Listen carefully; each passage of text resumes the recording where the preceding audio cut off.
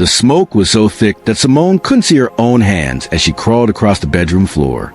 Her lungs burned with each breath, and the heat from the flames licking up the walls felt like it was cooking her alive. She had woken up to the smell of smoke and the crackling sound of fire eating through her home.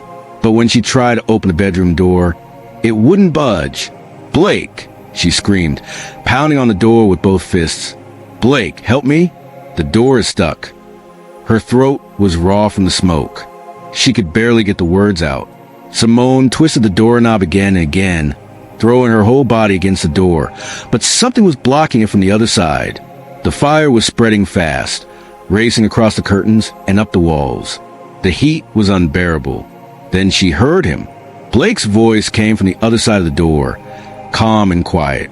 She couldn't make out the words, but she knew it was him. Relief flooded through her body. "Blake, oh, thank God. Help me get the door open."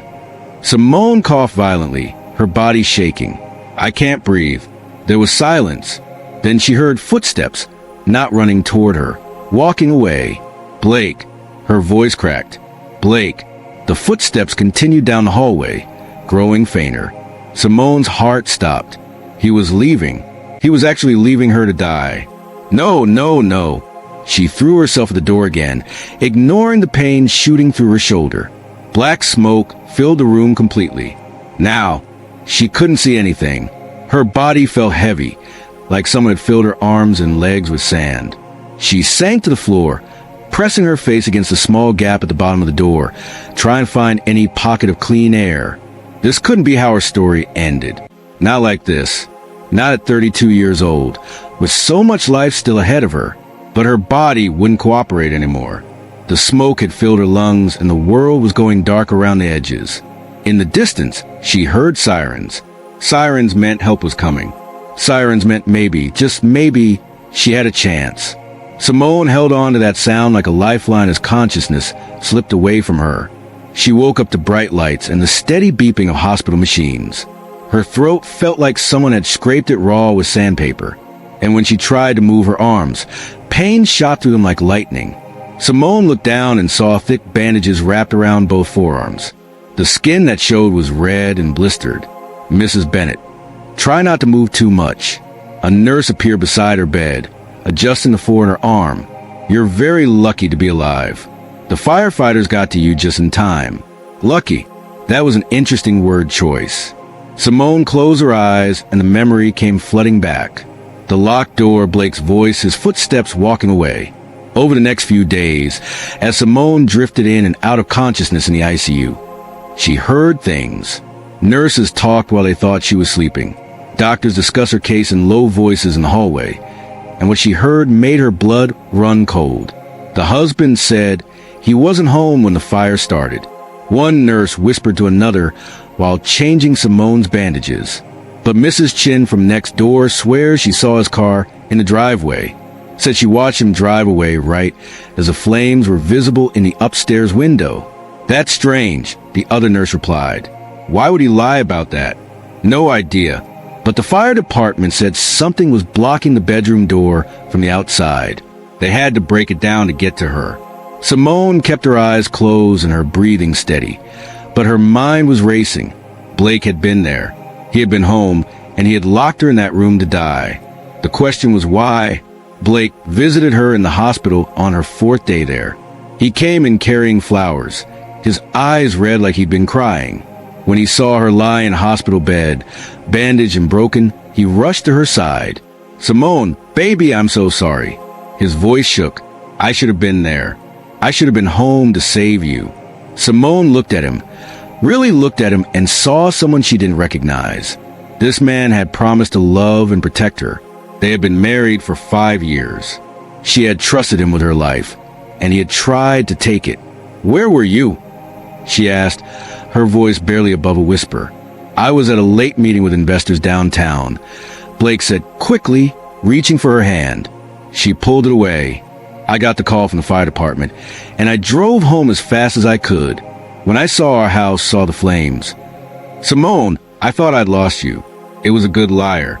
If she hadn't heard those nurses, if she hadn't remembered his voice outside that door, she might have believed him. But now she saw the truth behind his tears. This was an act. The door was locked, Simone said quietly. From the outside, Blake's face flickered with something. Fear maybe or surprise before he composed himself. The fire investigator said it might have been warped by the heat. Old houses do that sometimes. The wood expands and jams the door shut. Is that what they said? Yeah. Blake squeezed her hand, and she let him this time. I'm just grateful you're alive. That's all that matters now. We'll rebuild. We'll get through this together. Simone nodded slowly, watching his face. Blake smiled at her, relieved. He thought she believed him. He thought he had gotten away with it. But Simone had learned something important that night in the fire. She was stronger than she ever knew. And she was done being the trusting, naive wife who believed everything her husband told her. If Blake wanted her dead, he had made a critical mistake. He had left her alive. And now she was going to find out exactly why he had tried to kill her. Then she was going to make sure he paid for it. The game had just begun, and Blake didn't even know he was playing. 3 weeks after the fire, Simone was released from the hospital. The burns on her arms were healing, but they would leave scars. The doctor said she was lucky the damage wasn't worse. Lucky?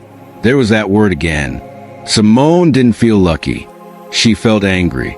Blake had transformed their guest bedroom into a recovery space for her. He brought her meals, helped her change her bandages, and fussed over her like a devoted husband. To anyone watching from the outside, he was a picture of a caring spouse nursing his wife back to health. But Simone saw through it now. Every kind gesture felt like another layer of lies. She played along, smiling weakly and thanking him for his help, while inside her mind worked constantly, trying to piece together what had happened and why. The fire investigator had ruled the incident as accidental, caused by faulty wiring in the bedroom. Case closed. But Simone knew better. She had lived in that house for 5 years, and there had never been any electrical problems. Plus, there was a matter of the locked door that everyone seemed eager to explain away. On her second day home, while Blake was at work, Simone forced herself out of bed.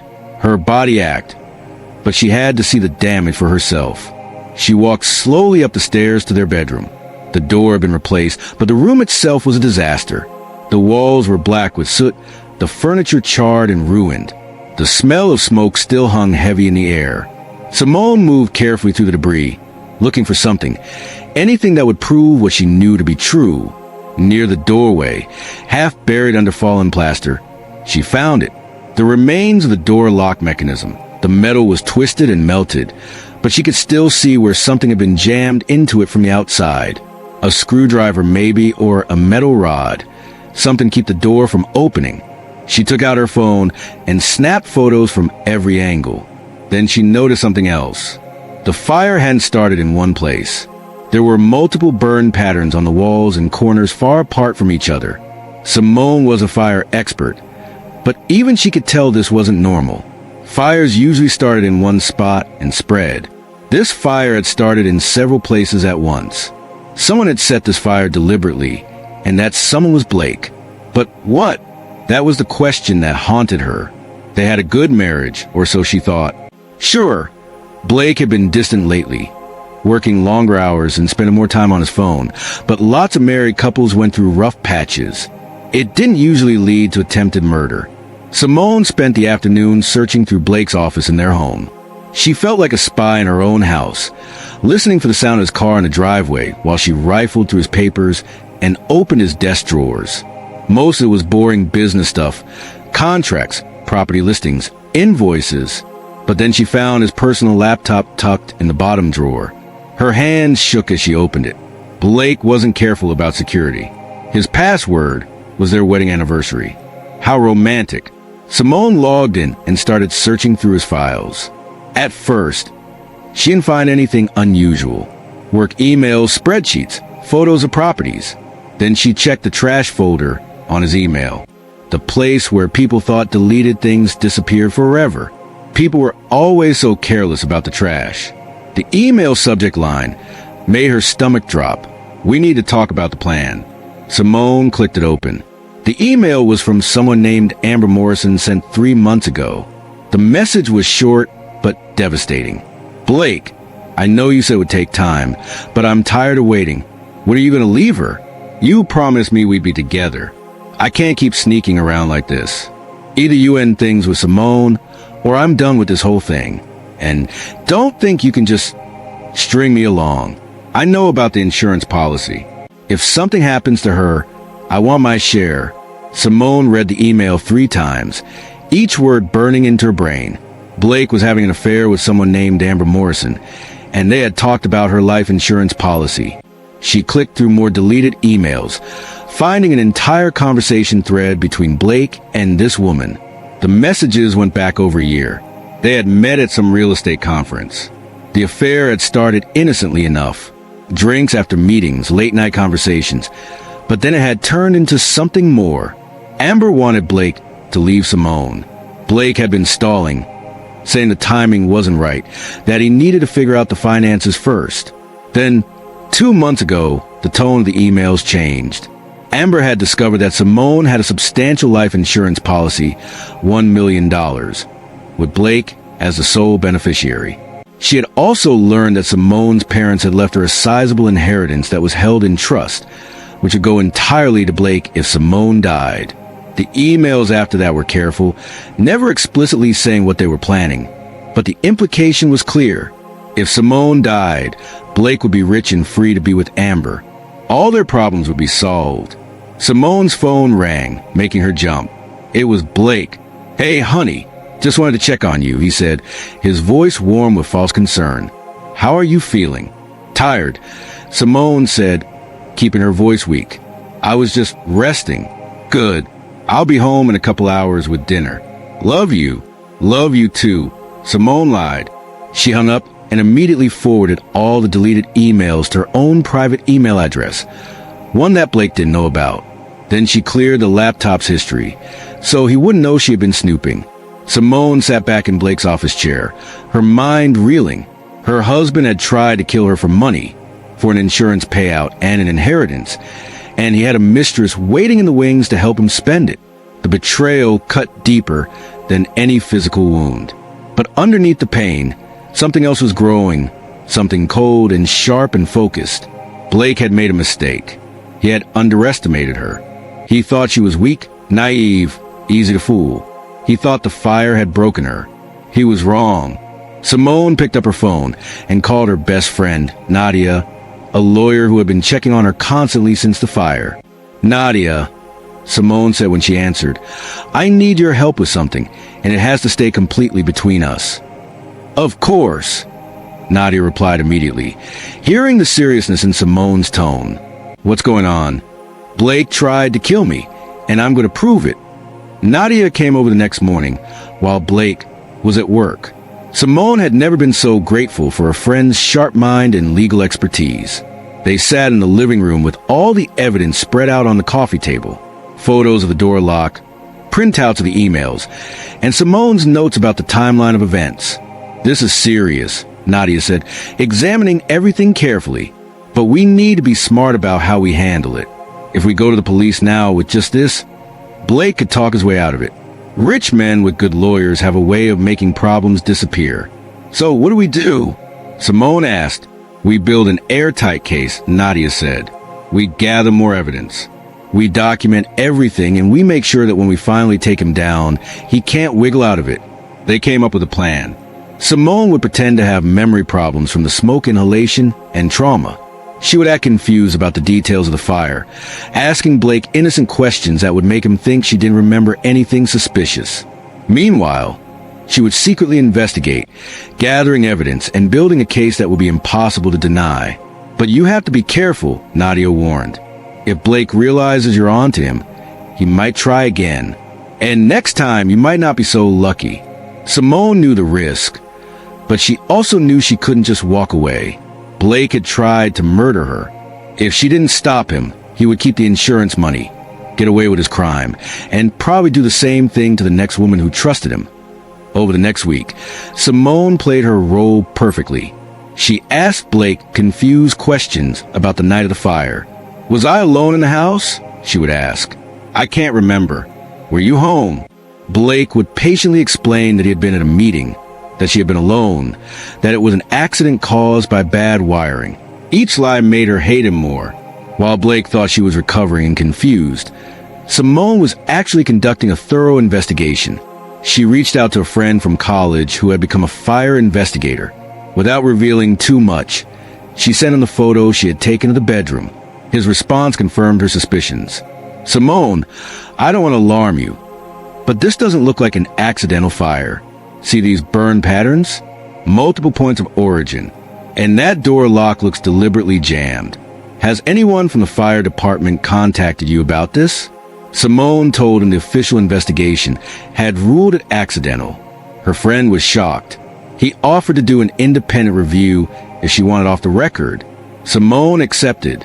Meanwhile, she started digging into their finances. Blake had always handled their money, saying it was too complicated for her to worry about.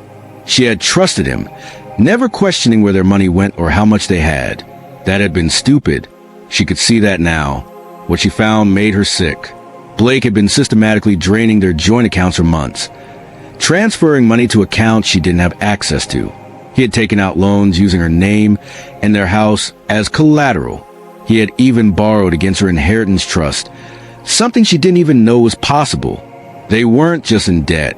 They were drowning in it.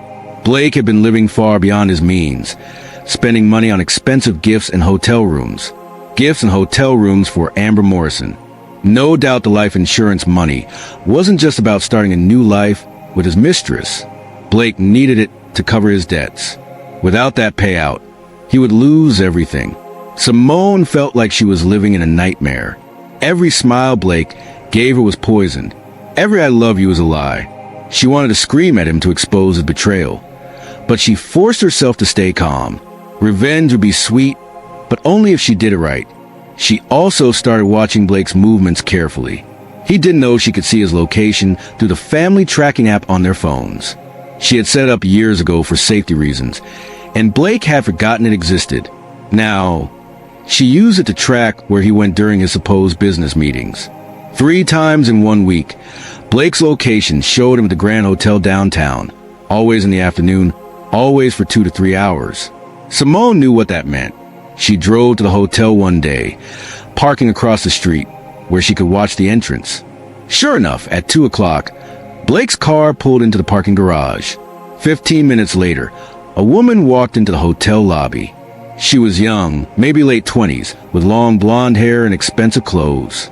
She looked confident, like she belonged there. Simone took photos of her. That must be Amber Morrison, the woman who was sleeping with her husband, the woman who knew about the plan to kill her. Watching them meet, knowing what they had done, made Simone's hands shake with rage. But she didn't confront them. Not yet. She took her photos, documented the date and time, and drove home before Blake did.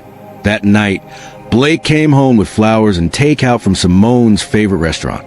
He kissed her cheek and asked about her day. She told him she had spent it resting, watching TV, trying to regain her strength. "You're doing so well with your recovery," Blake said, smiling at her. "I'm proud of you." Simone smiled back, playing the grateful wife. Inside, she was counting down the days until she could destroy him. Her phone buzzed with a text from Nadia. "Found something big. Can you talk tomorrow?"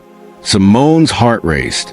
Whatever Nadia had discovered, it was going to be another piece of the puzzle, another nail in Blake's coffin. She looked at her husband across the dinner table, laughing at something on his phone, completely unaware that his whole world was about to come crashing down. Blake had tried to kill her, but he had failed. Now Simone was going to make him regret that failure for the rest of his life. Nadia arrived at 9 o'clock the next morning with her laptop and a determined expression. She set up in the kitchen while Blake was at his morning workout, a routine that gave them exactly 90 minutes to talk freely. "I did some digging on Amber Morrison," Nadia said, pulling up files on her computer. She works for Blake's company. She's an acquisitions coordinator. She's been there for about 18 months. "So, he gave his mistress a job," Simone said bitterly. "How convenient. It gets worse. I looked into their financial records. Don't ask me how. And Blake has been paying her way more than someone in her position should make. He's also been renting her a condo downtown. The lease is in his name, paid from one of those accounts he opened without telling you. Simone felt like she might be sick. Blake hadn't just been having an affair. He had been supporting this woman with money that belonged to both of them. Money from their joint accounts. Money that was half hers. There's more. Nadia continued. I found social media posts from Amber. She's been careful to keep Blake out of her photos, but she posts a lot about her lifestyle. Expensive dinners, designer bags, jewelry. Look at this post from 2 months ago. Nadia turned the laptop to show Simone a photo of Amber at a restaurant, smiling at the camera. Around her neck was a diamond necklace that Simone recognized immediately. It had been her grandmother's. Simone had kept it in her jewelry box, only wearing it on special occasions. That's mine, Simone whispered. He gave her my grandmother's necklace. The violation of it made her want to break something. That necklace was one of the few things she had left of her grandmother, and Blake had stolen it to give to his mistress. I'm sorry, Nadia said quietly, but this is good evidence. It shows the affair, the financial misconduct, everything. Simone took a deep breath, forcing down her anger. Emotion wouldn't help her now. Cold calculation would. I want to see her, Simone said suddenly. I want to see this woman face to face. Simone, I don't think that's a good idea. I'm not going to confront her. I just need to see her to understand who she is. Nadia looked hesitant, but finally agreed. They looked up Amber's social media posts and found that she frequented a coffee shop downtown every morning before work. The next day, Simone drove there and waited. She had changed her appearance since the fire. Her long hair was now cut short in a pixie style. She wore large sunglasses even inside the coffee shop. The burns on her arms were covered by long sleeves. She looked different enough that she hoped Amber wouldn't recognize her. At 8:30, Amber Morrison walked into the coffee shop. In person, she was even prettier than her photo suggested. She wore a cream-colored suit that probably cost more than Simone's car payment. Her hair was perfectly styled, her makeup flawless. She looked like someone who had never struggled for anything in her life. Simone watched from a corner table as Amber ordered her coffee, chatting with the barista like they were old friends. She seemed happy, carefree. She had no idea her whole world was about to collapse. Amber picked up her coffee and turned to leave. That's when their eyes met. Simone saw the moment of recognition. The way Amber's smile faltered, her face went pale. Simone, Amber said uncertainly. Simone said nothing, just stared at her. Let her be uncomfortable. Let her wonder what Simone knew. I heard about the fire. I'm so sorry. That must have been terrifying. Amber's voice wavered. She clutched her coffee cup tighter. Blake said you were recovering well. Blake talks to you about me? Simone asked, her voice calm. We worked together. It came up at the office. Amber was backing toward the door. I really should go. I'm going to be late for work. Amber, Simone said, making the woman freeze. That's a beautiful necklace you're wearing. Where did you get it? Amber's hand flew to her throat, where a different necklace hung today. But Simone saw the guilt in her eyes. She knew. I have to go, Amber said quickly, practically running out of the coffee shop. Simone sat back in her chair, satisfied. That had been enlightening. Amber was scared. She knew what they had done, and seeing Simone alive and aware had shaken her. Good. Let her be scared. Simone followed Amber at a distance, watching as she practically ran to her car. Then Simone followed the car, staying far enough back that Amber wouldn't notice. Amber didn't go to Blake's office. Instead, she drove to the Grand Hotel. Simone parked across the street and waited. 20 minutes later, Blake's car pulled into the parking garage. So, Amber had called him, panicked about their encounter. They were meeting to discuss what to do. Simone took photos of both their cars in the parking garage. She checked the time and dated the photos. Then she did something bold. She walked into the hotel. The lobby was busy with business travelers checking in and out. Simone kept her head down and moved toward the elevators like she belonged there. She had seen enough movies to know that hotels like this had security cameras everywhere. She was counting on it. She stood in the lobby for 10 minutes, pretending to be on her phone. Then she saw them coming out of the elevator together. Blake had his hand on Amber's lower back, guiding her. They weren't being careful anymore. They thought they were safe. Simone snapped photos of them together, Blake leaning in to whisper something in Amber's ear. Amber laughing. Blake kissing her temple. Every photo was another nail in their coffin. As they walked past her toward the exit, Blake stopped suddenly. Simone's heart pounded, thinking he had seen her, but he was just checking his phone. "I need to get back," he said to Amber. Simone's been asking weird questions lately. "I think the smoke damaged her memory, but I want to be careful. Maybe the fire didn't work because it was supposed to look like an accident." Amber said quietly, "Maybe we need to think of something else." Simone's blood turned to ice. They were still planning to kill her. "Not here," Blake said sharply, looking around. He didn't see Simone standing 20 feet away, her phone recording every word. "We'll talk later." They left the hotel separately. Simone stood there shaking, listening to the recording she had captured. It wasn't full confession, but it was close. Combined with everything else she had gathered, it was damning. She drove home and immediately sent everything to Nadia. The photos, the recording, all of it. Nadia called her 2 minutes later. "Simone, this is enough. We need to go to the police now." "Not yet," Simone said. "I want to know everything. I want to understand a complete picture before we move. These people are talking about killing you again. This isn't a game. I know, but we only get one shot at this. We need to make sure it sticks." Nadia reluctantly agreed to wait a little longer. That night, while Blake was asleep, Simone broke into his office in their house and searched more thoroughly. In a locked drawer, she found the key hidden in his desk. She discovered documents related to their house. Blake had been planning to sell it immediately after her death. He had already met with a real estate agent, had already gotten the property appraised, had already planned how he would divide up her belongings and clear out the house. Simone looked at the documents with tears in her eyes. This was the man she had married, the man she had trusted with her heart and her life, and he'd been planning her death like it was just another business transaction. She took photos of everything and put it all back, exactly as she had found it.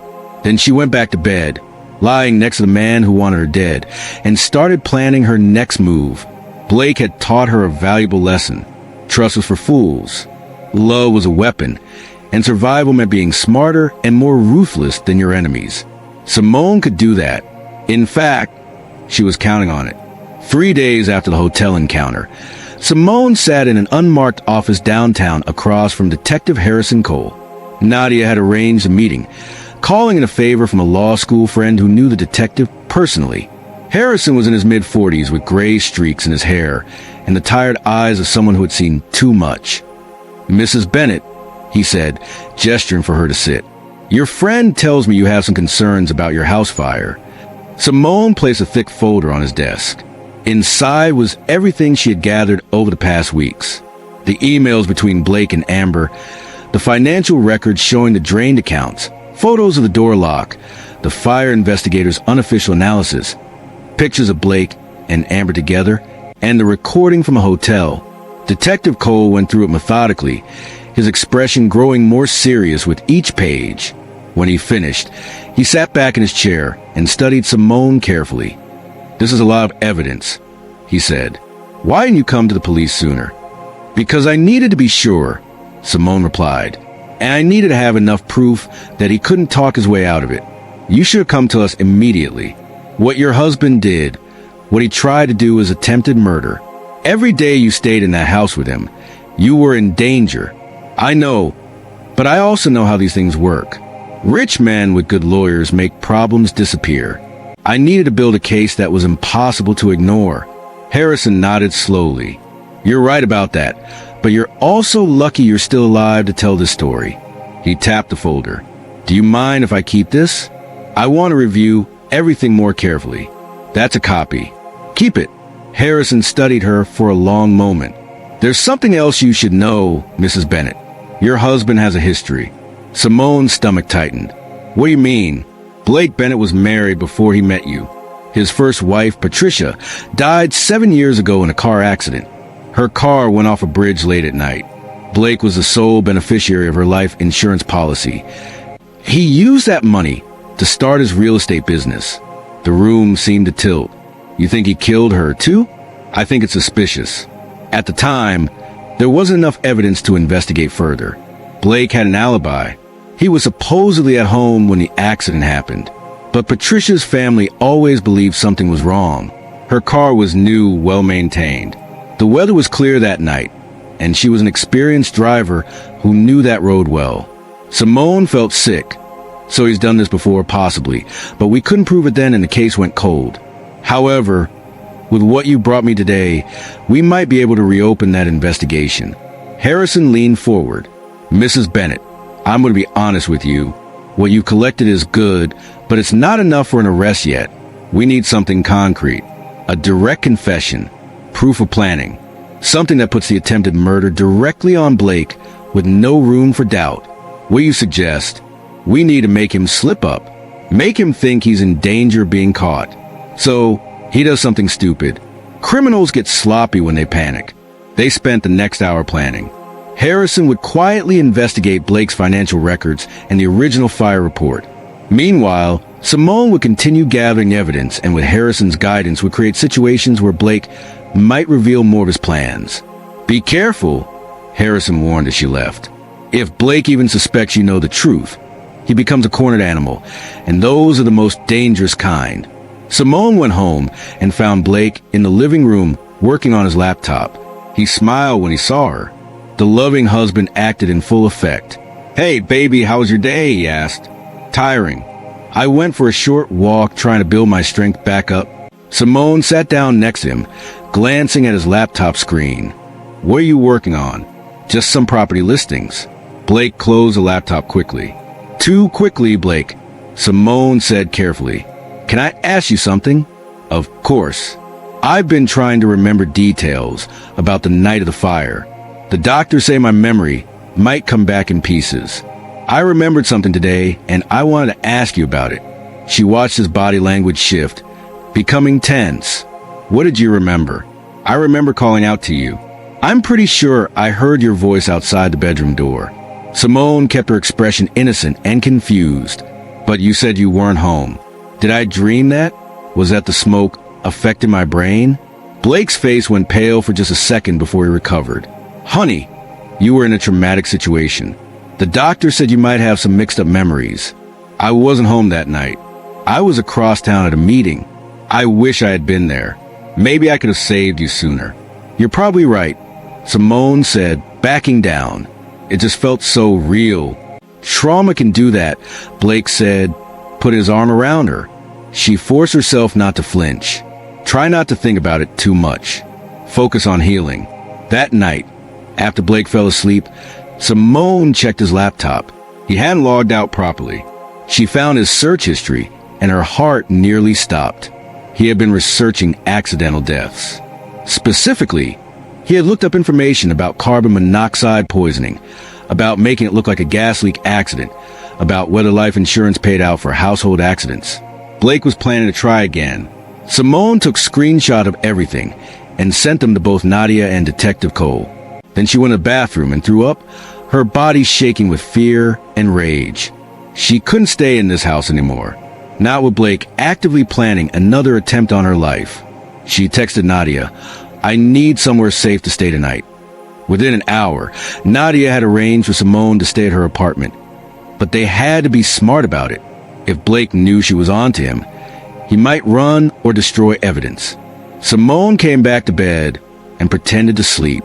The next morning, she told Blake she was going to stay with Nadia for a few days. I just need some girl time, she said. The house still smells like smoke and it's giving me headaches. Plus, Nadia has been wanting to help with my recovery. Is that okay? Blake looked relieved. Of course, whatever you need. Take all the time you want. He probably thought he was getting a break from having pretend to care about her. What he didn't know was that Simone had just moved herself out of his immediate reach while she prepared the final stage of her plan. As she packed her bag, Blake's phone rang. He stepped into the other room to answer it, but Simone could hear parts of the conversation. No, she's going to stay with a friend for a while. I know, but we need to be patient. Trust me, I have a plan. He was talking to Amber, still plotting, still thinking he was going to get away with it. Simone finished packing and hugged Blake goodbye, letting him kiss her cheek. I'll call you later, she said. Love you, he replied automatically. Sure you do, Simone thought as she walked out the door. At Nadia's apartment, she met again with Detective Cole.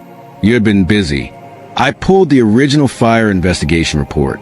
He said the official ruling was accidental, but the investigator noted several irregularities that were dismissed. Multiple burn points, the jam door lock, accelerant residue that was attributed to cleaning products. Someone didn't want to dig deeper. Can you reopen the case? I'm working on it, but I need your help. We need to catch Blake doing something that proves intent. The search history helps, but a good lawyer will say he was just curious or researching for a story. We need him to act.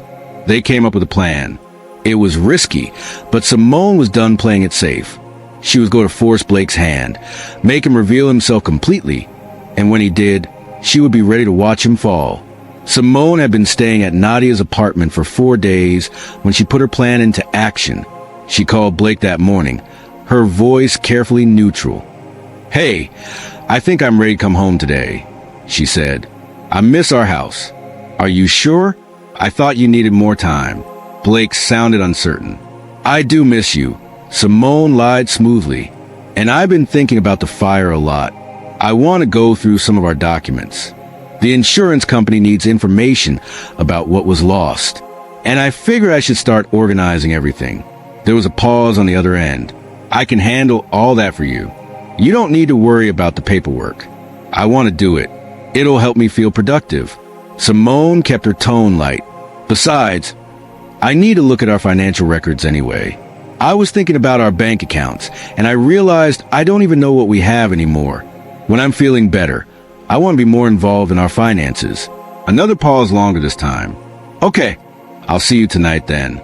Great. Love you. Simone hung up and looked at Detective Cole and Nadia, who had been listening on speaker. He's worried, Nadia said. You could hear it in his voice. Good, Simone replied. Let him worry. The plan was simple but dangerous. Simone would return home and make it obvious she was looking into their finances and the fire investigation. She would ask innocent-sounding questions that would make Blake panic. The house was now equipped with hidden cameras and audio recording devices that Detective Cole had helped install while Blake was at work. Every room was covered. Every word would be captured. You'll have backup nearby, Harrison assured her. If anything goes wrong, if you feel unsafe for even a second, you signal us and we come immediately. Simone nodded. She knew the risks, but she also knew this was the only way to get a confession that would stick. Blake needed to believe he was in danger of being caught. Only then would he reveal his true self. She went home that afternoon. Blake arrived an hour later with Chinese takeout and a strange smile. Welcome back, he said, kissing her cheek. I missed you. They ate dinner while making small talk. Simone could feel the tension radiating off him. After they finished, she casually mentioned she was going to look through the home office. I want to get started on those insurance documents. She said, No, it's kind of late. Blake stood up quickly. Why don't we watch a movie or something instead? I'm not tired. You go ahead. I'll just be an hour or so. Simone went to the office before Blake could protest further. She knew he was following her, hovering in the doorway as she started pulling out files and opening drawers. She made a show of looking confused at some of the bank statements. Blake, why does this account show such a large withdrawal last month? She asked, pointing to one of the statements. Business expense. I had to make a down payment on a property, but this is our joint savings account. I thought you used your business account for company purchases. I did, but I needed extra capital. Don't worry about it. Blake was getting agitated. Simone, can we do this another time? You're still recovering. You shouldn't stress yourself out with finances. I'm fine. Simone pulled out more files, deliberately making a mess. She found the fire investigation report and started reading it. This is interesting. The report says there were multiple points of origin for the fire. What does that mean? It means the fire spread to different areas. That's normal. but it says points of origin, not spread. Doesn't that mean it started in multiple places? Simone looked up at him with wide, innocent eyes. How can a fire start in multiple places at once if it's accidental? Blake's jaw clenched. You're reading too much into technical jargon. The fire department ruled it accidental. That's all that matters. I suppose you're right. Simone put the report down and picked up another file. This one contained information about Blake's first wife, Patricia.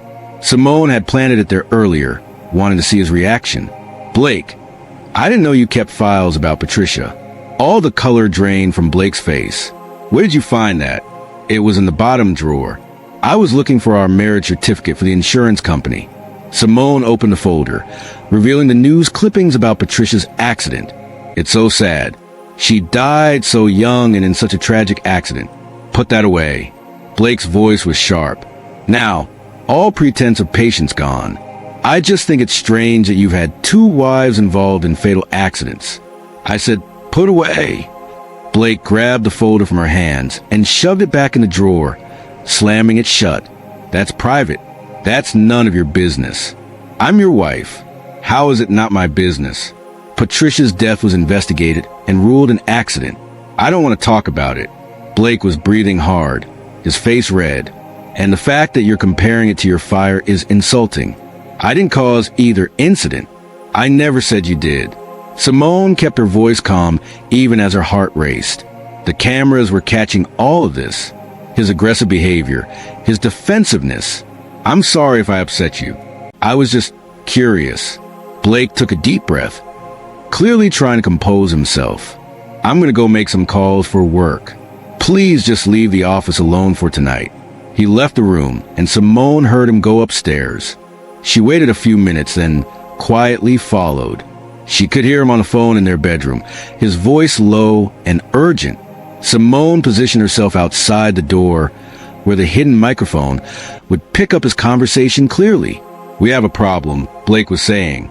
She's asking questions about the fire, about the bank accounts. She even found the stuff about Patricia. I don't know how much she knows, but she's getting suspicious. No, I can't wait anymore. It needs to happen soon. I was thinking carbon monoxide. It's winter. People use their heaters. Accidents happen. Yes, I'm sure. We don't have a choice now. She's getting too close. Simone's hands shook as she listened. He was planning it right now on a recorded line. Friday night, Blake continued. I'll make sure she's home alone. I'll say I have to work late. By the time anyone finds her, it'll look like a tragic accident, just like we planned. Stop worrying. This time it'll work. This time she won't survive. Simone backed away from the door silently, her whole body trembling. She had the confession. Everything was on tape, but she was also in a house with a man who was actively planning to kill her in 2 days. She texted the code word to Detective Cole. Read. Her phone buzzed immediately with a response. Get out now. We're 2 minutes away. Simone grabbed her purse and car keys as quietly as she could. She was halfway to the front door when Blake appeared at the top of the stairs. Where are you going? He asked, his voice cold. I forgot I promised Nadia I'd help her with something tonight, Simone said, trying to keep her voice steady. I'll be back later. No. Blake started down the stairs slowly. I don't think you're going anywhere. Simone's blood turned to ice. He knew somehow he knew. Blake, what are you talking about? She tried to sound confused, innocent. You think I'm stupid? Blake reached the bottom of the stairs, blocking her path to the door. You've been snooping through my things, asking pointed questions.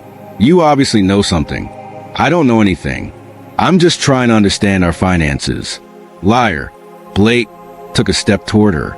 You know about Amber. You probably know about the insurance, too. I should have realized you weren't as brain damaged from the smoke as you pretended to be. Simone backed up toward the kitchen, trying to keep distance between them. You're scaring me. Good. You should be scared. Blake's face was twisted with anger and something else. Desperation. You ruined everything. I had a perfect plan. I was going to be free, rich, and happy, but you had to survive. And now you're asking questions and stirring up trouble. Blake, please. I should have used more accelerant in the fire. Should have made sure you couldn't wake up. That was my mistake. He was advancing on her, backing her into the kitchen. But I won't make that mistake again. Simone's hand found the kitchen counter behind her. She grabbed the first thing she touched, a heavy cookbook, and held it up defensively. Don't come any closer, she warned. Blake laughed. What are you going to do? Hit me with a cookbook? You're not strong enough to hurt me. Simone, you've never been strong enough for anything? That's when the front door burst open. Detective Harrison Cole and 3 uniformed officers rushed in, guns drawn. Blake Bennett, don't move. Harrison shouted, put your hands where I can see them. Blake's face went from rage to shock to calculation in seconds. Officers, thank God you're here. My wife has been acting strange since her accident. She's not well. She's been making accusations. Save it. Harrison said, we heard everything. The house is wired for audio and video. We have your entire confession on tape. The color drained from Blake's face as the reality hit him. You set me up. No. Simone said, stepping out from behind the counter. You set yourself up when you tried to murder me. Blake lunged toward her, but the officers grabbed him before he could reach her. They wrestled him to the ground, handcuffing him while he shouted curses and threats. Blake Bennett, you're under arrest for attempted murder, arson, insurance fraud, and conspiracy to commit murder, Harrison said, reading him his rights, as they dragged Blake out of the house. He looked back at Simone with pure hatred in his eyes. You'll regret this. You'll never prove anything. I already have, Simone replied calmly. When the police cars drove away with Blake in custody, Simone collapsed on the couch, her whole body shaking with adrenaline. Nadia rushed in seconds later, having been waiting in a car down the street. Are you okay? Nadia wrapped her arms around Simone. I'm okay, Simone said, even though she wasn't sure it was true. It's over. It's finally over. But even as she said it, she knew it wasn't completely over. There was still Amber Morrison to deal with, and there was still the matter of making sure Blake never hurt anyone again. The game wasn't over yet. This was just the end of the first round. Blake was denied bail. The judge, after reviewing the evidence, the recordings, the emails, the financial records, deemed him a flight risk and a danger to others. He was held in county jail awaiting trial. Simone felt a weight lift off her shoulders knowing he was locked up, but she knew the legal battle was far from over. Blake had hired an expensive defense attorney, some slick lawyer named Richard Vance, who specialized in defending rich men accused of crimes. Vance was already spinning a narrative in the media about Blake being a devoted husband falsely accused by a traumatized wife with memory problems. Don't read that garbage, Nadia advised, taking Simone's phone away as she scrolled through news articles. That's what defense lawyers do. They plant reasonable doubt before the trial even starts. But Simone wasn't worried about Blake's lawyer. She had Detective Cole and the truth on her side. What concerned her more was Amber Morrison. Amber had gone quiet since Blake's arrest. She hadn't been at work according to Blake's office. She wasn't posting on social media. She had essentially disappeared. She's scared, Harrison told Simone during one of their meetings. She knows we'll come for her next. Can you arrest her? Simone asked. We're building a case, but we need more evidence of her direct involvement. The email shows she knew about the insurance money and possibly the plan, but a good lawyer could argue she was just a mistress who made some inappropriate comments. We need proof that she actively participated in the conspiracy. Simone thought about this. Amber was a loose end, and loose ends had a way of unraveling entire cases. 2 days later, Amber's lawyer contacted the prosecutor's office. She wanted to make a deal. She was willing to testify against Blake in exchange for reduced charges. Simone sat in the prosecutor's office during the negotiation, which Nadia had insisted she had a right to witness as the victim. Amber looked terrible. Her designer clothes were gone, replaced by jeans and a simple sweater. Her hair wasn't styled. She looked like someone who hadn't slept in days. When she saw Simone, she started crying. I'm so sorry, Amber said, her voice breaking. I never wanted anyone to get hurt. Blake told me you were sick, that you were dying anyway, that the insurance money would just help him settle your medical debts faster. I didn't know he was planning to. I didn't know about the fire until after it happened. Liar, Simone said calmly. Amber flinched. I'm telling the truth. When I saw on the news that there had been a fire at your house, I confronted Blake. That's when he told me what he'd done. He said it was too late to back out, that we were in it together. Now, you knew about the insurance policy. The prosecutor said, reading from the emails. You knew about his financial problems. You encouraged him to handle the situation.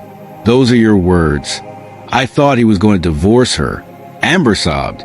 I swear I thought handle the situation meant file for divorce. When I found out about the fire, I was horrified. But Blake said if I told anyone, he'd say it was all my idea. He said I was the one who pushed him to do it. I was afraid. Simone watched Amber's performance, trying to determine what was truth and what was manipulation. Had Amber really been an unknowing accomplice, or was she trying to save herself? Blake has been controlling and abusive. Amber continued looking at Simone. He isolated me from my friends. He paid for everything, so I was dependent on him. When I tried to end things, he threatened me. He said he had pictures and messages that would ruin my reputation. I felt trapped. This is very convenient, Nadia said sharply. Now that Blake is arrested, suddenly you're a victim too. I know how it looks, Amber said, but I'm telling you the truth. Blake Bennett is a dangerous man. He manipulated me just like he manipulated Simone. The only difference is I survived to talk about it.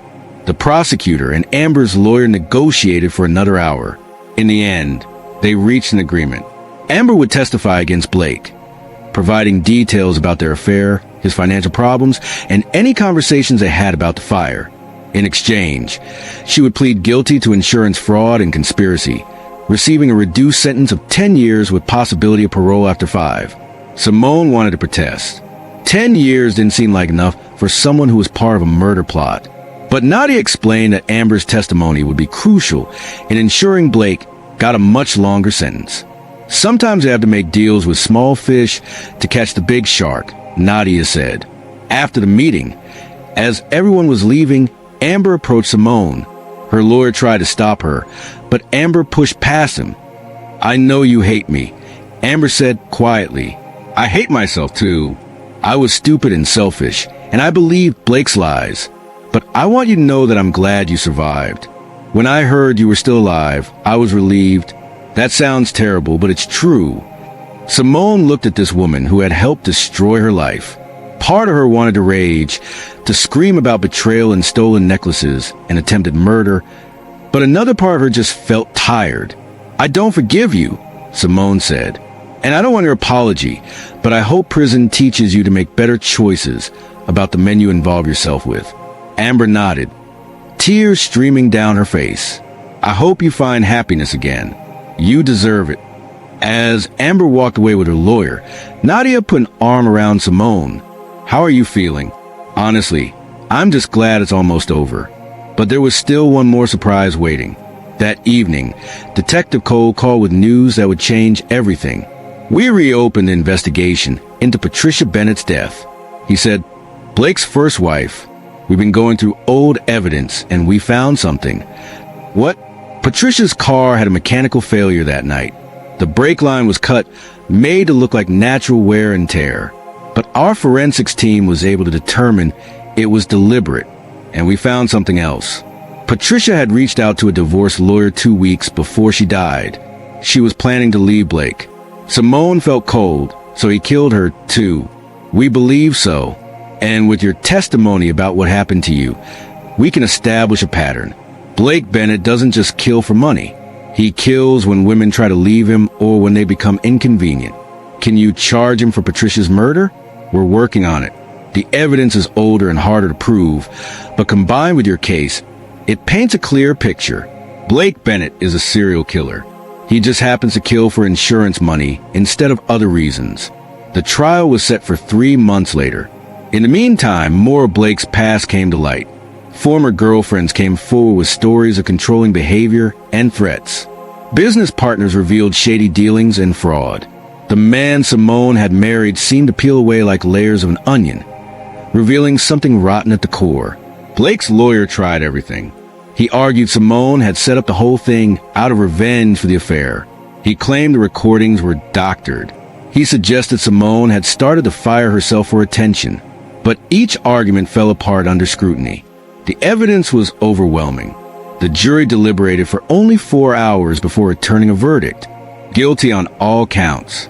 Blake was sentenced to 25 years for attempted murder with additional consecutive sentences for arson, fraud, and conspiracy. With good behavior, he might get out when he was in his 60s. But more charges were pending for Patricia's murder, which could keep him locked up for life. When the verdict was read, Blake turned to look at Simone one last time. She met his eyes without flinching. She had won. Outside the courthouse, reporters swarmed Simone with questions. She had prepared a statement with Nadia's help.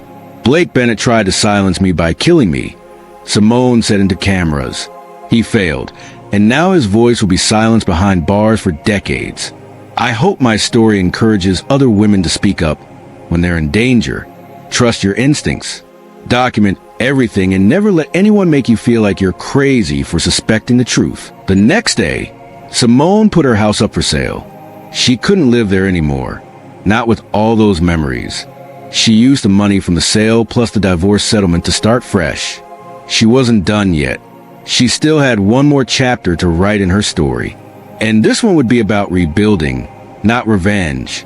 The weeks following Blake's conviction were strange for Simone. She had spent so much time and energy on bringing him to justice that she hadn't really thought about what would come after. Now, with Blake locked away and the legal battles mostly behind her, she had to figure out what to do with the rest of her life.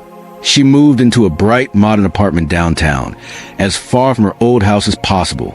The apartment had floor-to-ceiling windows that let in so much natural light. It felt like living inside sunshine. There were no dark corners, no shadows. Everything was open and clean and new. Simone also started reconnecting with people from her past. During her marriage to Blake, she had let many friendships fade. He had been good at isolating her, making her feel like she didn't need anyone but him. Now she realized how much she had lost. One afternoon, she got a call from Mr. Jerome Patterson, one of Blake's former business partners. They had met briefly at a company party years ago, but she barely remembered him. Mrs. Bennett, or should I say Miss Foster now. Jerome had a kind voice. I hope you don't mind me reaching out. I want to congratulate you on your victory against Blake. Thank you, and you can call me Simone. Simone, I also wanted to apologize. I should have warned you about Blake years ago when you married him. I had my suspicions that he wasn't a good man. This caught Simone's attention. What do you mean? Jerome sighed. Blake and I were partners on a property development deal about 4 years ago. He defrayed me out of almost $500,000. He created fake documents, forged my signature, and sold the property without my knowledge. By the time I discovered what he'd done, he'd hidden the money so well I couldn't recover it. Did you press charges? I tried, but Blake had covered his tracks too well.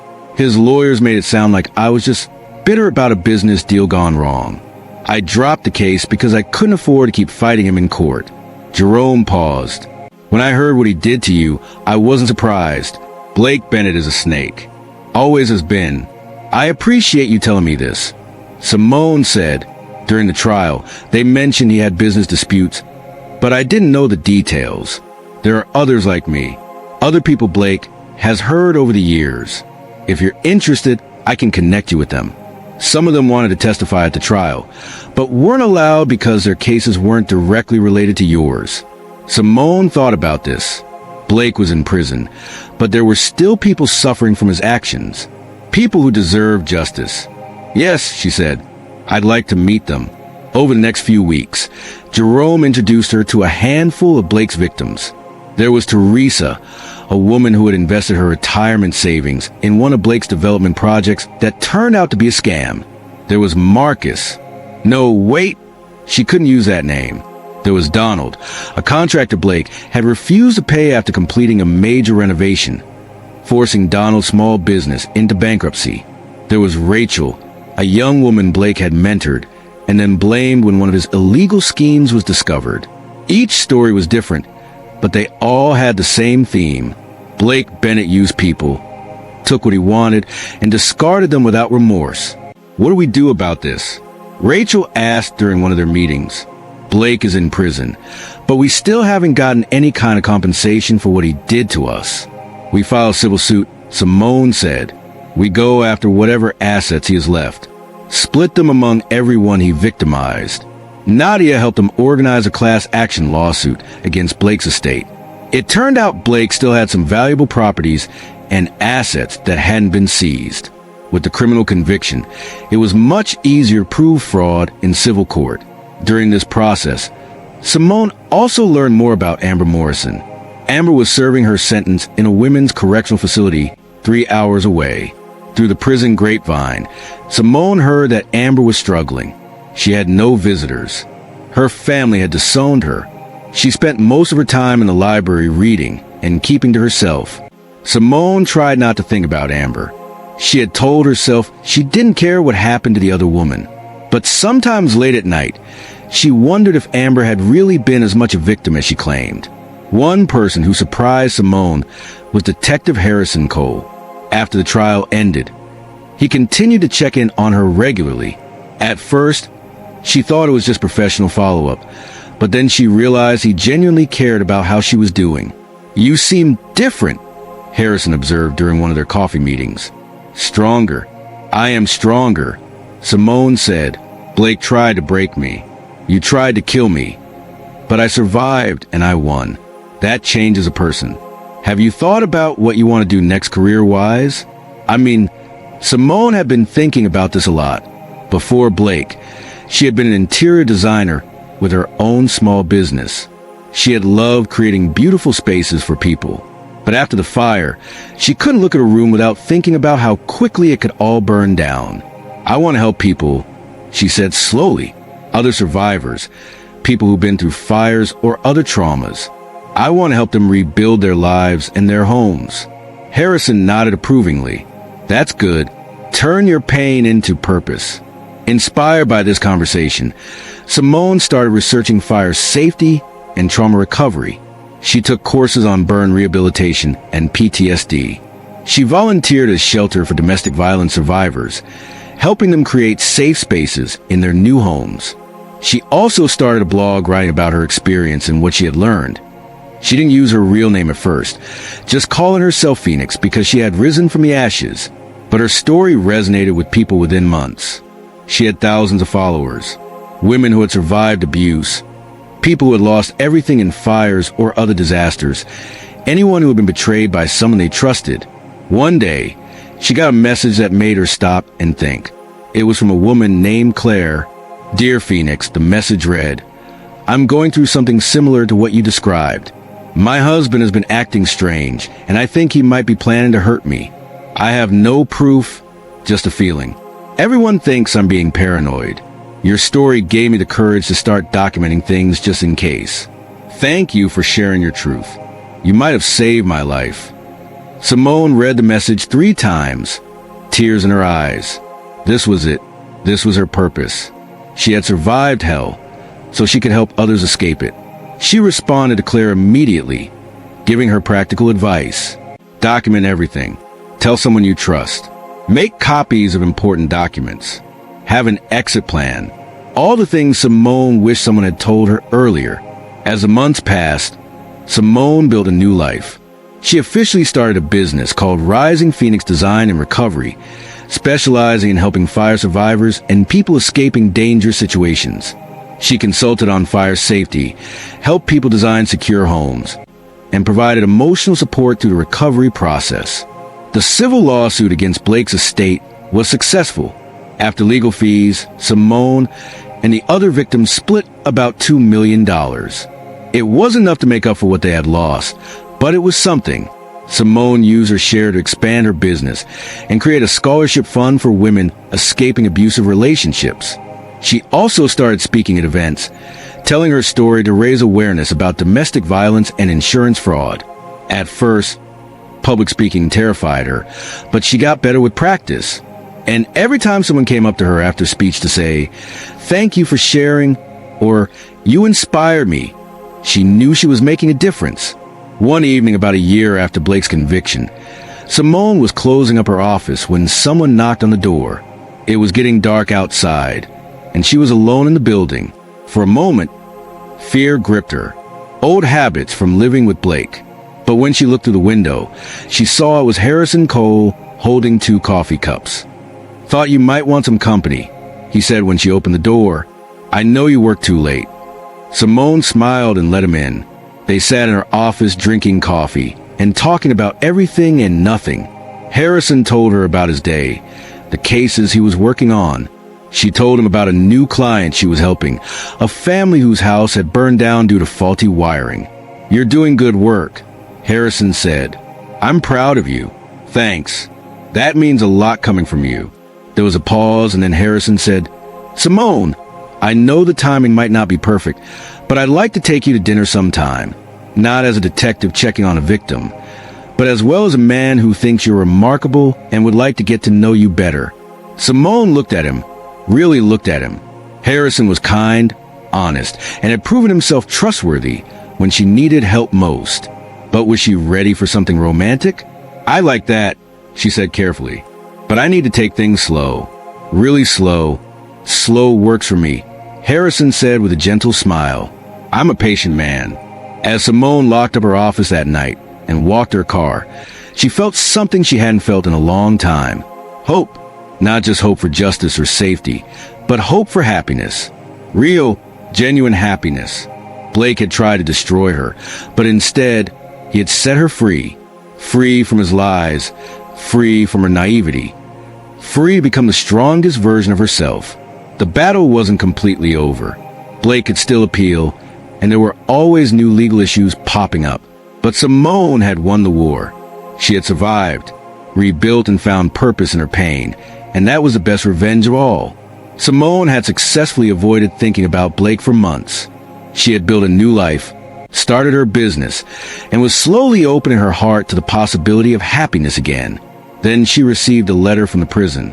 Blake wanted to see her. "Absolutely not," Nadia said immediately when Simone told her. "There's no reason for you to subject yourself to that." "I know," Simone agreed, but something about the request nagged at her. Blake was in prison. He couldn't hurt her anymore. Maybe seeing him one last time would give her closure. Or maybe she was being stupid. Harrison was equally opposed when she mentioned it to him over dinner a few nights later. They had been dating for 2 months now, taking things slow like she requested.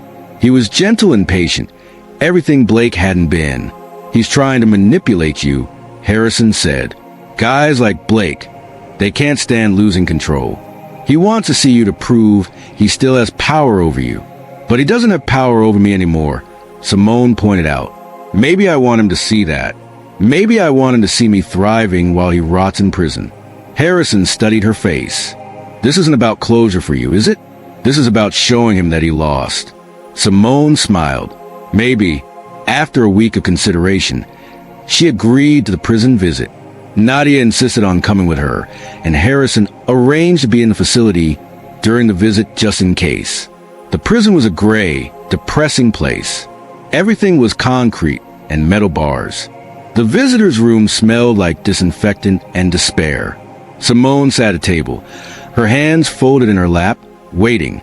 When they brought Blake in, she almost didn't recognize him. Prison had not been kind to him. He had lost weight. His hair was going gray, and there was a hardness in his eyes that hadn't been there before. He looked older, meaner. He sat down across from her, his hands cuffed to the table. For a long moment, they just stared at each other. "You look good," Blake said finally. "Prison must agree with you." "I'm not in prison," Simone replied calmly. "You are." Blake's jaw clenched. "Did you come here to gloat?" "I came because you asked me to." "Why did you want to see me, Blake?" He leaned forward as much as his restraints allowed. "I wanted to tell you that I'm sorry." Simone laughed. She couldn't help it. "You're sorry? You tried to murder me and you're sorry." "I was under a lot of pressure," Blake said, and she could see him slipping into his old patterns, making excuses, deflecting blame. The business was failing. I had debts. Amber was pressuring me. I wasn't thinking clearly. "Stop." Simone held up a hand. "I didn't come here to listen to your excuses. You try to kill me because you're a selfish, greedy man who values money more than human life. You killed Patricia, too, didn't you?" Blake's face went blank. I was never convicted of that because they couldn't prove it. But we both know the truth. You killed your first wife for her insurance money, and when that ran out, you tried to kill me for mine. How long until you would have killed Amber if she had married you? You don't know anything about Patricia? Blake hissed. I know enough. I know she was planning to leave you, just like I was going to leave you eventually once I figured out what you really were. Simone leaned forward now, holding his gaze. Did you bring me here to apologize? Or did you bring me here because you can't stand that I won? Blake's calm facade cracked. You didn't win. You destroyed my life. No, Blake. You destroyed your own life when you decided murder was an acceptable solution to your problems. I just made sure you faced consequences for it. I gave you everything. Blake's voice rose, causing a guard to move closer. I gave you a home, a lifestyle, everything you wanted, and you betrayed me. You tried to burn me alive. Simone said quietly, I heard you outside that door, Blake. I heard your footsteps walking away while I was dying. That sound haunted me for months, but not anymore. Now, when I think about that night, I remember that I survived. I beat you. Blake's eyes filled with rage and something else. Maybe desperation, maybe regret. I didn't think it would actually kill you. I thought you'd wake up and get out in time. Simone felt cold. You're lying. Even now, after everything, you're still lying. I'm not. The door was jammed from the outside. The fire started in multiple locations. You left the house while I was still trapped inside. Every single one of those actions shows intent to murder. So, don't sit here and tell me you thought I'd survive. Blake's shoulders slumped. The fight seemed to go out of him. What do you want me to say, Simone? I want you to admit what you did, not just to me, but to Patricia, to everyone you've hurt. I want you to take responsibility. And if I do, Blake looked up at her. Will that make you feel better? Will that give you closure? No, Simone said honestly. Nothing you say or do will undo what you did. But maybe if you admit the truth, you can start to become a better person, or at least a less terrible one. They sat in silence for a long moment. Then Blake spoke, his voice barely above a whisper. I did it. I killed Patricia. I cut her brake line and sent her off that cliff. And I tried to kill you too. I set that fire knowing you probably wouldn't make it out. And I would have killed Amber eventually if I had gotten away with it because she knew too much. He looked up at Simone. Is that what you wanted to hear? Simone felt tears building, but refused to let them fall. Why? Because it was easier than divorce. Cheaper, faster, and because... Blake paused, searching for words. Because I could. Because I convinced myself that what I wanted was more important than anyone else's life. Because I'm a bad person, Simone. I always have been. At least you finally told the truth about something. A guard approached. Time's up. Blake stood, his chains clinking. For what it's worth, I really did love you. In my own twisted way. That wasn't love. Simone said, standing as well. Love doesn't try to kill you. As the guards led Blake away, he looked back at her one last time. I hope you find happiness, Simone. Real happiness? I already have, she replied. She watched him disappear through the door back to his cell and felt a weight lift off her shoulders. She had faced her monster, and he was just a pathetic man in chains. Nothing to be afraid of anymore. Outside, Nadia was waiting. How do you feel? Free, Simone said. Finally free. Harrison joined them in the parking lot. He confessed to killing Patricia. Simone told him while we were talking. I didn't even ask him to. He just admitted it. Harrison looked surprised. The room was being recorded. That confession can be used to reopen Patricia's case officially. Good. Simone said her family deserves justice, too. As they drove away from the prison, Simone looked back at the gray building one last time. Blake would spend the rest of his life there, probably, with his confession to Patricia's murder. He would likely face additional charges and more years added to his sentence. But Simone didn't care about that anymore. Blake wasn't a problem. He was just a chapter in her story, a dark one that was now closed. She had so much to look forward to. Her business was growing. She was helping people every day. She had friends who truly cared about her. And she had Harrison, who treated her with respect and kindness. You know what I realized in there? Simone said to Nadia and Harrison, Blake thought he was destroying me with that fire, but he actually set me free. I was trapped in a marriage with a monster living a lie. The fire burned away all the pretense and showed me who he really was. In a weird way, he did me a favor. That's one way to look at it, Nadia said with a slight smile. It's the only way to look at it, Simone replied, because the alternative is to spend the rest of my life being a victim, and I refuse to do that. She had been through hell and come out the other side. She had faced death and won. She had exposed evil and seen justice done. She was a survivor, a fighter, and she was just getting started. Blake Bennett had tried to reduce her to ashes. Instead, she had risen from them stronger and brighter than ever before. And that was the greatest victory of all. 6 months after the prison visit, Simone stood in front of a packed auditorium. She was giving a speech at a women's empowerment conference, something she never imagined herself doing before Blake tried to kill her. Before she'd been quiet, content to stay in the background. Now she had a voice and she intended to use it. My name is Simone Foster. She began, her voice steady and clear. And I am a survivor of attempted murder. The audience was silent, hanging on every word. She told her story, not every detail, but enough. The fire, the betrayal, the investigation, the victory. She talked about how she had been naive and trusting, how she had missed signs that something was wrong. But she also talked about how she had found her strength, gathered evidence, and fought back. Blake Bennett tried to silence me by killing me, Simone said, echoing her words from outside the courthouse a year ago. He failed, and now his voice will be silenced behind bars for the rest of his life.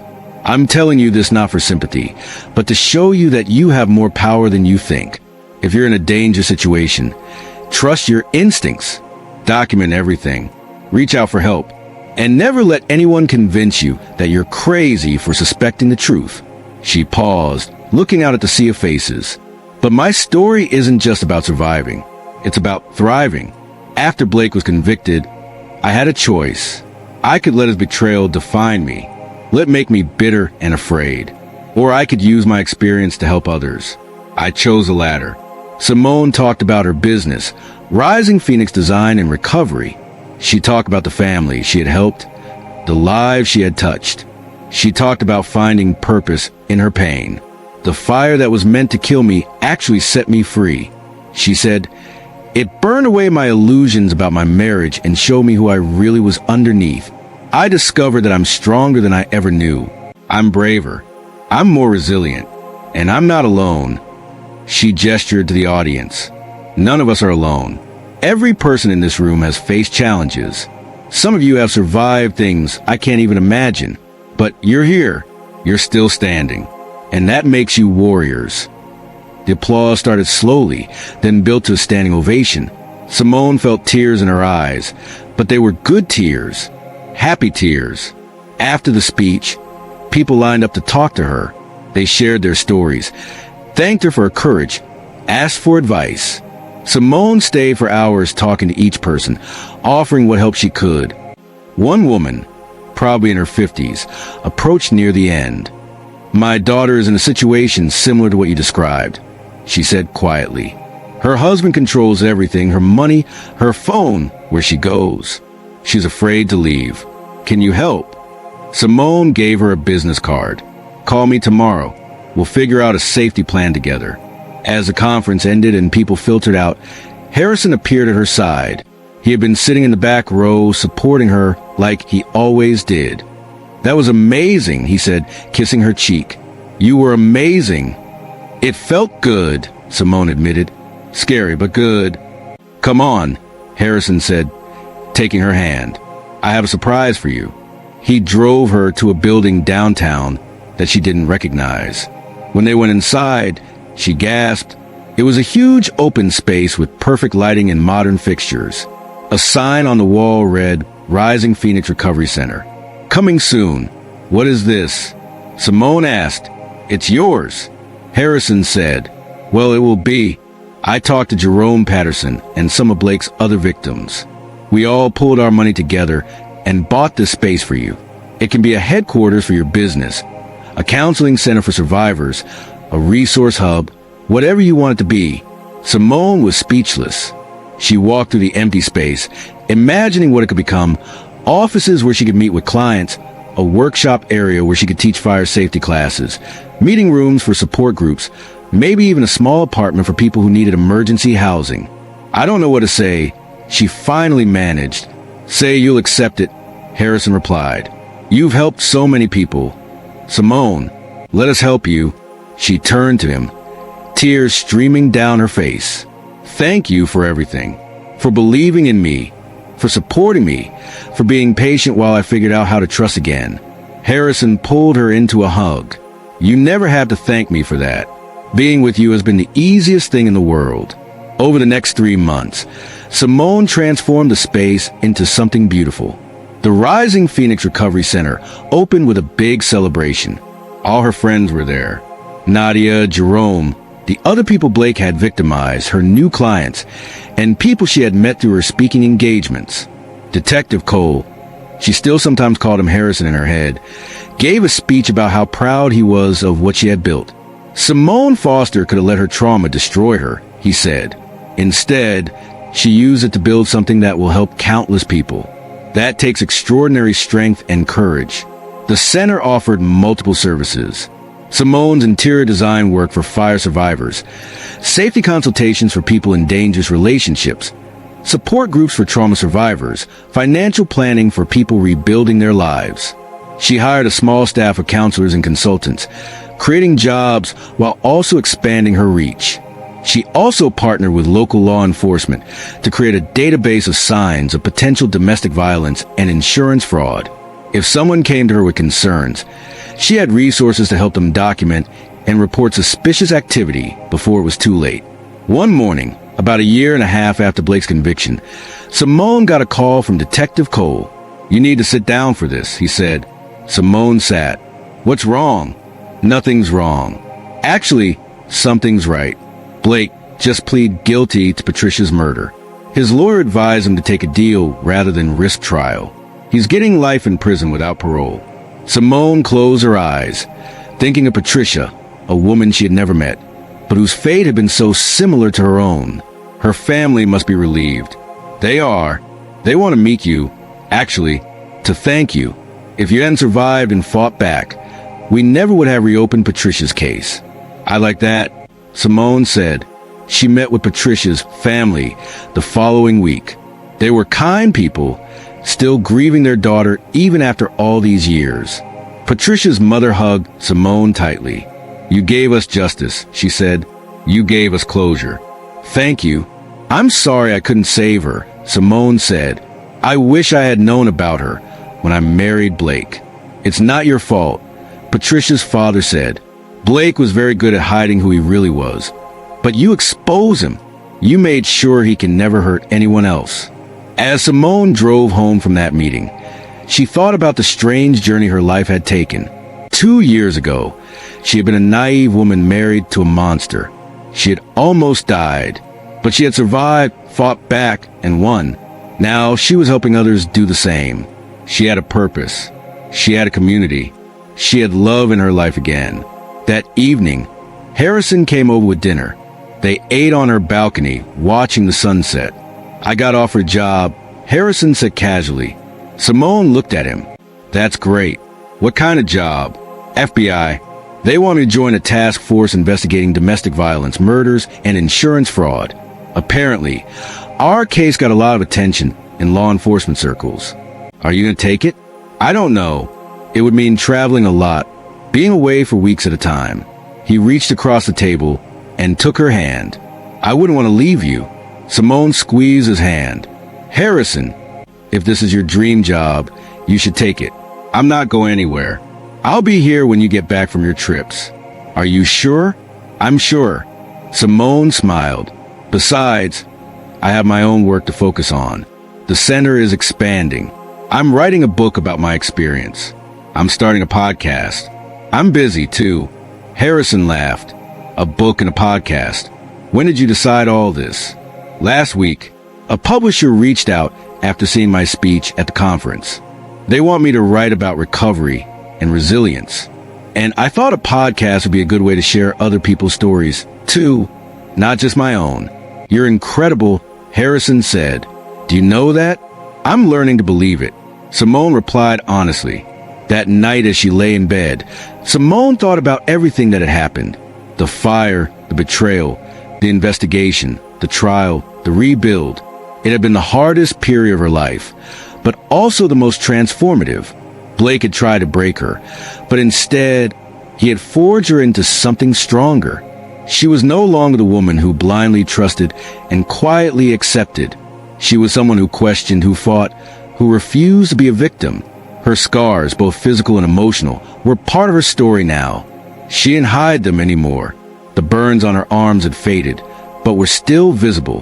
When people asked about them, she told the truth. She wasn't ashamed. The next morning, Simone went to her office at the center and started writing. The first chapter of her book began with the fire, with the most terrifying moment of her life. But it didn't end there. It ended with hope, with strength, with triumph. She wrote about the darkness, so that others could find their way to the light. She wrote about betrayal, so that others would know the warning signs. She wrote about justice, so that others would know it was possible. And she wrote about rising from the ashes, because that's what she had done. That's what survivors do. They take the ruins of what was and build something new, something stronger, something beautiful. Blake Bennett had tried to reduce her to nothing but ashes and memories. Instead, he had given her a story worth telling, a purpose worth fighting for, and a life worth living. Simone Foster had died in that fire, but from those ashes had risen someone better, braver, and more powerful than she ever could have imagined. And she was just getting started.